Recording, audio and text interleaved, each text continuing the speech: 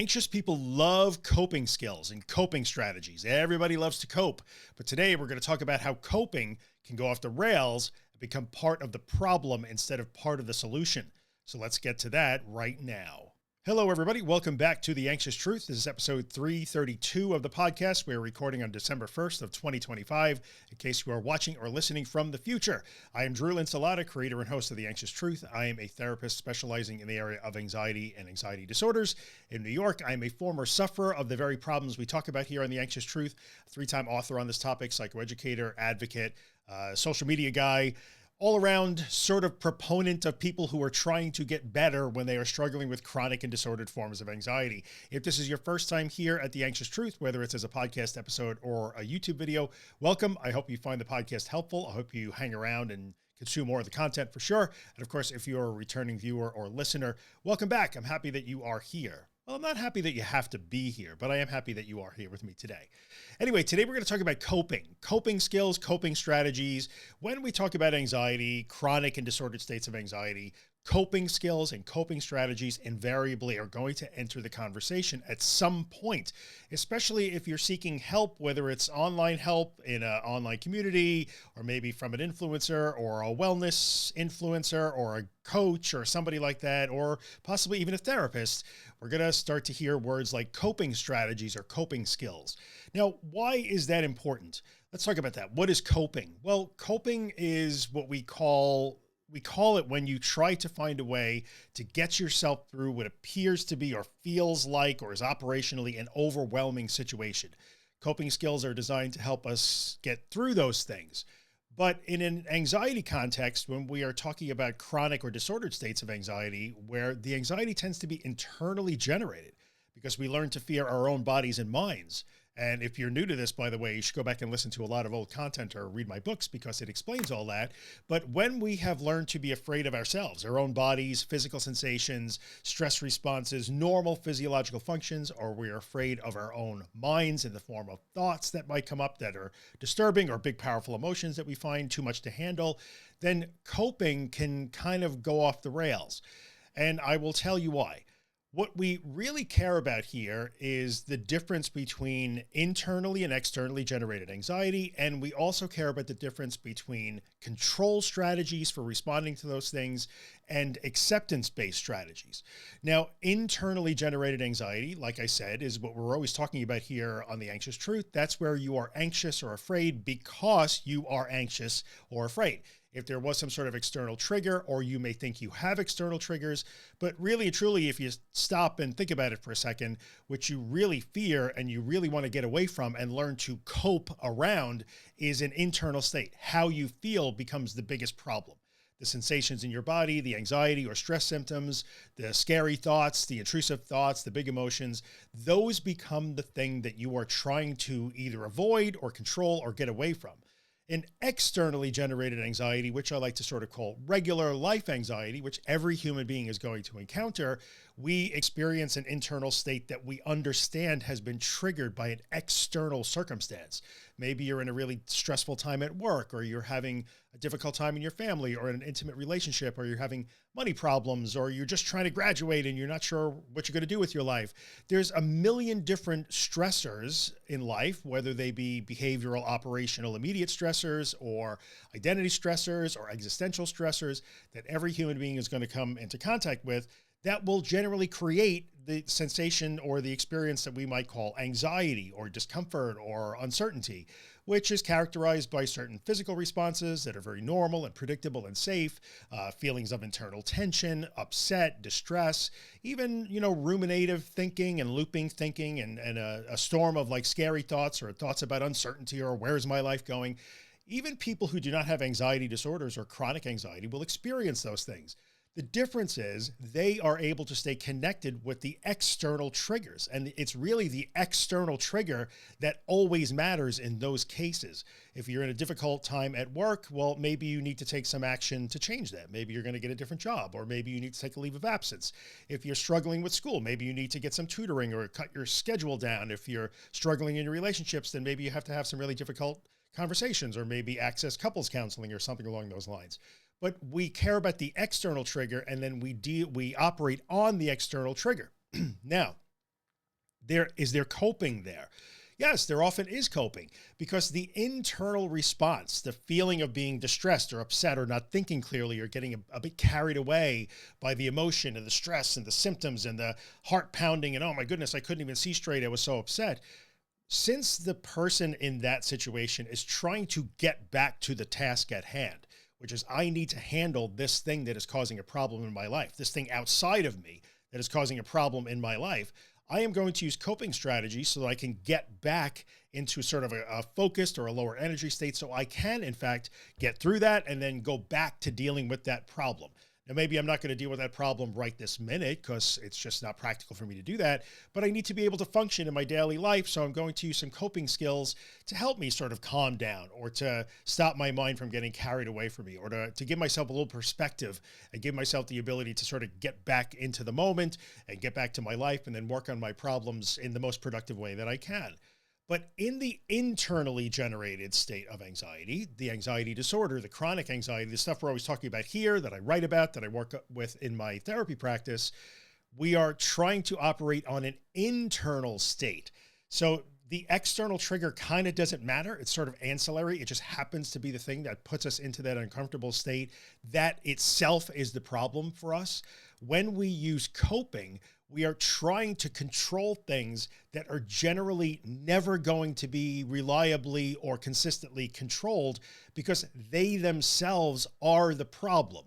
So for the person who maybe gets carried away at work and experiences some panic or gets really angry at work for whatever reason, coping skills might help them, work on that response a little bit, mediate that response so that they can get back to the thing that they know is most important, which is the thing outside of their skin. Whereas for the anxious person who I'm talking to, the chronically anxious person or the person with an anxiety disorder, they are trying to calm down because they desperately need to calm down, because that internal state is in fact the threat or the danger or the overwhelming, unhandleable, unthinkable thing. So it's not so much that you're trying to mediate your response to a stressor, like the externally generated anxiety, the regularly anxious person might do. But if you are trying to run away from your own body or your own thoughts, and you're trying to prevent your body and mind from doing things that trigger you and terrify you, then that itself becomes the next trigger. And every time you try to forcibly control that, these are control strategies, through coping skills of some kind, and we'll get to that in a second, you are reinforcing the belief that this internal state should never happen. I need to be able to instantly clamp down on it. I need to be able to calm down on demand. I need to be able to stop my body from doing scared body things. I need to stop my mind from making thoughts, and good luck with that, because that just doesn't work. And generally speaking, I'm going to use coping as a way to escape from my internal experience or forcibly control my body and mind in ways that it was never designed to be controlled. So you could see how coping strategies that help us sort of mediate a stress response or a stressor response, so we can get back outside of our skins to interact with our actual lives, with the world, with the universe, can be really helpful, because the person who is using it in those contexts isn't afraid of the anxious state. They don't find their internal state dangerous or threatening or itself a sign of doom. They understand that they are reacting in a way they would prefer not to react in this very difficult circumstance, and they're trying to mediate that so they can work with the circumstance. Much more effective that way, because the internal state isn't a threat. That person doesn't feel like they desperately need to slow their heart down or desperately need to turn off certain thoughts. They just sort of would be better off if they could calm down a little bit so they could get back to life. So this is why we really care about internally versus externally generated anxiety when we talk about coping. And this is why we care about control strategies versus acceptance-based strategies. Now, in the case of externally generated anxiety, where we're anxious or feeling stressed because we're in genuinely challenging or difficult situations, there are times when acceptance is in order there. We cannot control the people around us all the time. We cannot control the climate. We cannot control the weather. There is many things in life that remain outside of our general control. And we have to recognize that I'm stressed by this. I'm having a reaction to that, but I can't control it anyway. So I'm going to have to maybe combine, my coping is going to look a little bit like maybe a little bit of control in terms of those mediating, help me mediate my response. But also I got to invoke some acceptance because I recognize that I just can't control what my coworkers think about me, for instance, as an example. But for the person who is in the grips of an anxiety disorder or that internally generated form of anxiety, coping can become a problem because coping is the opposite of acceptance, right? So we're going to get to what coping can look like in the context of acceptance. But since we are trying to run away from ourselves in so many words, and you can never run away from yourself, you cannot avoid yourself, then the idea that coping is a control strategy is a bad thing, right? Because that's never really going to work. And anybody who's listening to this podcast or watching this YouTube video who has been trying this for any length of time, I'm trying tapping and ice packs and lavender oil and special diets and all kinds of coping and grounding and 5, 4, 3, 2, 1. And no matter what I do, I cannot seem to stop this cycle. Y'all understand what I'm talking about, right? So you have to be really careful. Because when we insist that we must use coping, I must have coping skills, I must have coping techniques, and you find that you are just looping through those coping strategies and coping techniques again and again and again, and every day is just trigger, cope, trigger, cope, trigger, cope, and you cannot seem to break that cycle. And every single time you have to use your coping skills, you feel like you barely scrape through that by the skin of your teeth and you don't know how you made it through the latest episode and you're still afraid of the next episode. Well, then coping isn't really working out. As a matter of fact, coping could be backfiring because coping does in fact tell the mechanism that perpetuates these things in your mind, this cognitive, which is connected to your body mechanism, that perpetuates these problems or creates these experiences. You're basically feeding information into that predictive model that says, yes, every time my mind makes a thought that I don't like, I must instantly do 5, 4, 3, 2, 1, get my ice packs, put my feet in the grass. I got to get away from that. And so the model that you basically are operating on says this is a problem and we must always be on guard against that. We must never allow that sort of thing to happen. And as you can tell, that doesn't really work to any sort of consistent or effective way. The other thing that it can be problematic, where coping can become problematic, is that coping can then create conditional okayness. Now, those of you who followed along on The Anxious Truth for a while or follow me on social media may have heard me talk about the idea of conditional okayness. Conditional okayness is what I call it when you make statements like, oh, I can insert whatever life task in, there, I can do XYZ life task as long as, and then you insert your coping strategy there. So for instance, that might look like, I can take my kids to, I can pick up my kids from school. I could do the school pickup as long as I have a cold bottle of water and a pack of mints with me. That was one of my things back in the day, right? Many anxious people will understand that reference. I can go to Thanksgiving dinner with my family as long as my safe person is with me. I can do this so long as I can stay home alone as long as it's not more than 10 minutes, or as long as I know the neighbor is home and I can call them. So what we might look as like, oh, these are coping strategies. I tell myself that my neighbor is around. I tell myself that my partner isn't too far away. I tell myself that I can always take a big cold glass of water and some mints and that will like calm me down. I can do this as long as that creates conditional okayness. And the conditional okayness in our context is a trap. Now, while everybody needs that once in a while, and I always look at, say, an anxious flyer, somebody who doesn't even have an anxiety disorder, who's just afraid to fly, who flies 3 times a year and takes a Xanax when they do it. Well, that's conditional okayness. I could take the flight as long as I have the Xanax, but there's no real operational impact there because it's something that they do 2, 3 times a year, maybe. And then, okay, fine, take the Xanax. Who cares? Like, it gets you through the flight. You're good to go. But if you must have coping skills, coping strategies, or coping techniques woven all throughout the fabric of your day and your life, just to try to get you through basic functionality in such a way that you don't think you're going to be overwhelmed by your own body and thoughts, well, that conditional okayness starts to make a very restricted, shrinking, smaller life that doesn't necessarily reflect what you really want out of life. So conditional okayness, which can result from excessive use of coping techniques as control attempts, can get us kind of stuck.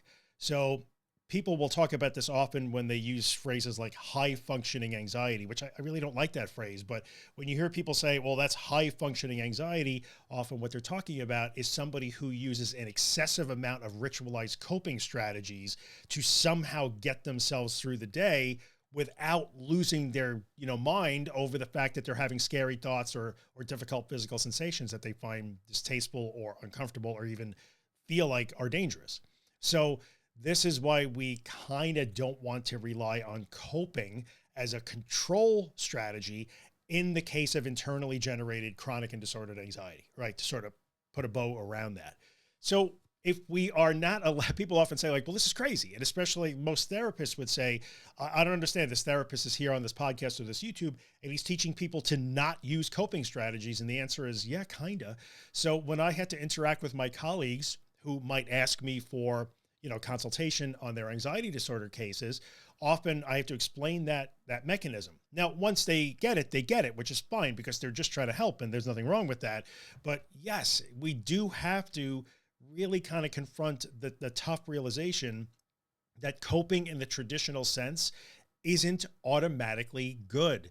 Like, we have to challenge the popular assertion that coping is automatically a good thing. We must learn coping. It's never wrong. It can in fact be wrong. And I say that with air quotes. And by wrong, it just means that it actually gets in the way and it creates more obstacles for you to move forward. And it really kind of gets in the way of that sort of recovery, if you want to use the phrase recovery. So what might coping actually look like? Now, we've talked about this before. I think at one point I used grounding, and I think I did a podcast episode. I don't remember when it was. It was like coping skills or positive self-talk revisited. Or I looked at things like using 5, 4, 3, 2, 1, or, feet in the grass or whatever it is, as ways that not so much as control strategies, but as experiments in allowing yourself to do something as banal and pointless as counting your next 10 breaths, for instance, or looking for 5 different types of trees that you could see outside your window. Why? What is that going to possibly do? When I feel like I am on the edge of a psychotic break because there's so much tension and I harbor the dementophobia, the fear that I'm going to go crazy, what the heck would looking for 5 trees do? Well, the answer to that is nothing. It would literally do nothing. So an anxious person might say, well, then why would I ever want to do that? I got to protect myself. Well, no, if we want to use coping strategies or coping techniques as experiments, what would happen if I stopped, relaxed into my chair and counted my next 10 breaths? Not because counting my breaths is some sort of like uber Zen calming mechanism that will turn off my mind and instantly stop my body from doing scared body things, but it is an experiment in not fighting. So we can look at traditional coping strategies if we want to try to incorporate them and make use of them as experiments, right? So instead of fighting and hanging on like hot death, and what I must count backwards from 100 by 3s, or I will explode, have a stroke, or somehow have a psychotic break.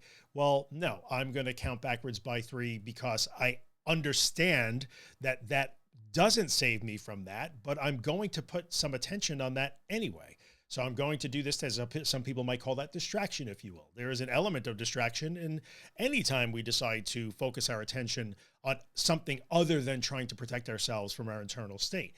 So we can start to look at coping. And by the way, this is going to be very individual. I cannot give everybody listening on a podcast episode or on my YouTube channel, I cannot possibly give you universal examples of coping skills that you can use that aren't control based. That is going to be very individual. You're best to really think about that yourself. And what you're looking for here is, what techniques am I using to try to instantly calm down or quiet my mind or turn off my thoughts or feel like I'm safe or turn off the panic?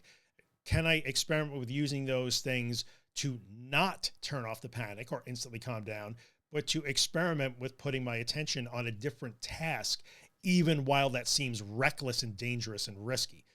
And as you can see, that's going to be very individual depending on your circumstance. You may want to talk to your therapist or your counselor if you're working with them to come up with some actual concrete strategy there.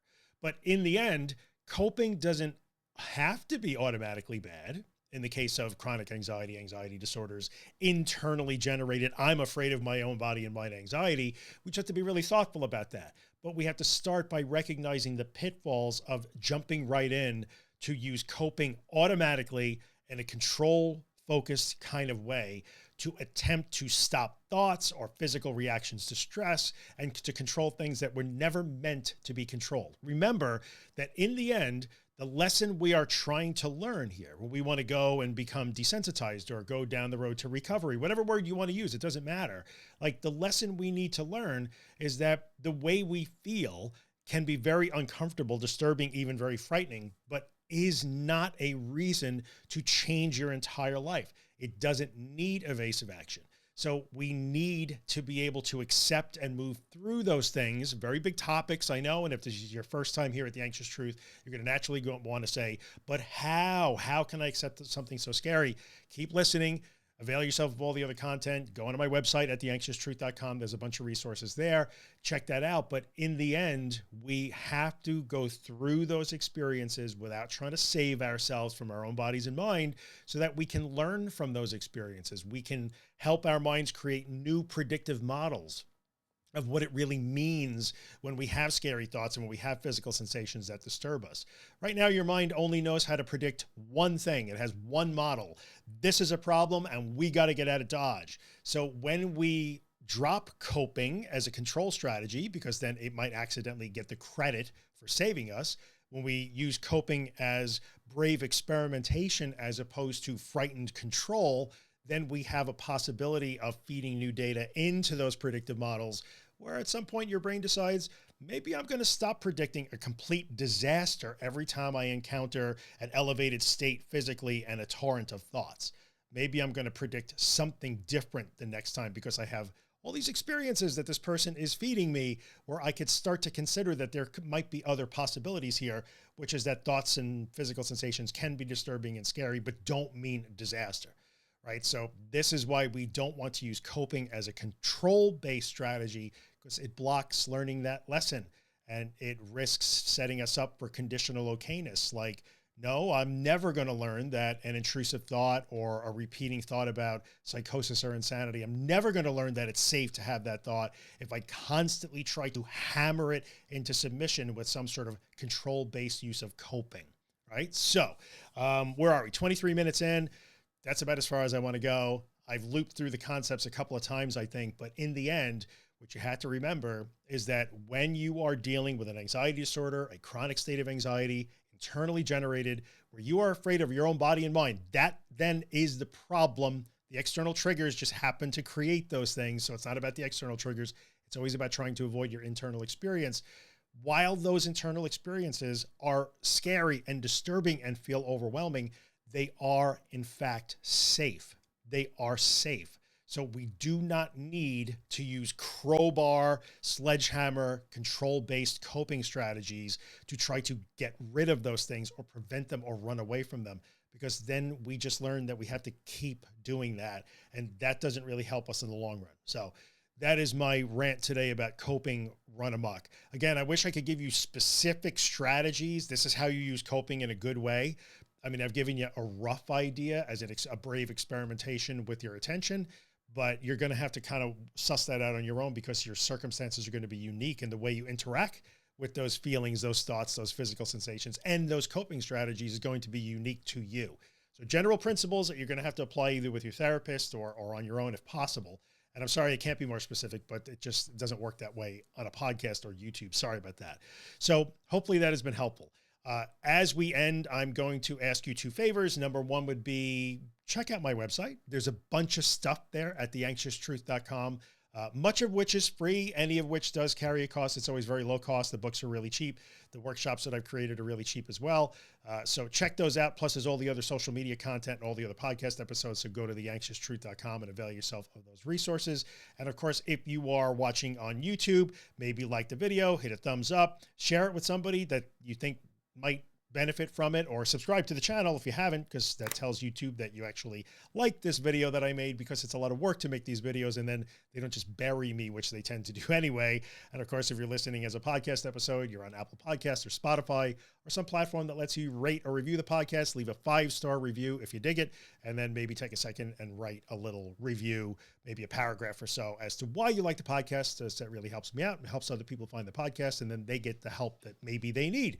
So that is episode 332 of The Anxious Truth on coping run amok in the books. Hopefully you have found it helpful. And remember, if you're going to try to use what you learned today, and you take even a small risk, or what feels like a risk, to maybe modify your coping strategy to allow yourself to like count 5 breaths, even though you're pretty sure that you have to present yourself from losing your mind, that is a hugely brave step. And if you can open yourself up to the possibility that avoiding that thought or saving yourself has never been needed, then you may actually take a step forward toward where you want to be. Like, every little step counts. Give it a shot. It's really brave to do that, and it's really hard to do that, but all of those things count. All right. Pat yourself on the back if you're able to do that. Thanks for hanging out today. I appreciate that. I'll be back in 2 weeks with another episode. Maybe we'll talk a little bit more about ChatGPT and AI, because that's been really hot lately, but I'm not sure. We'll see. I'll be back in 2 weeks. Thanks for hanging out, and I will see you in the next one. We're out.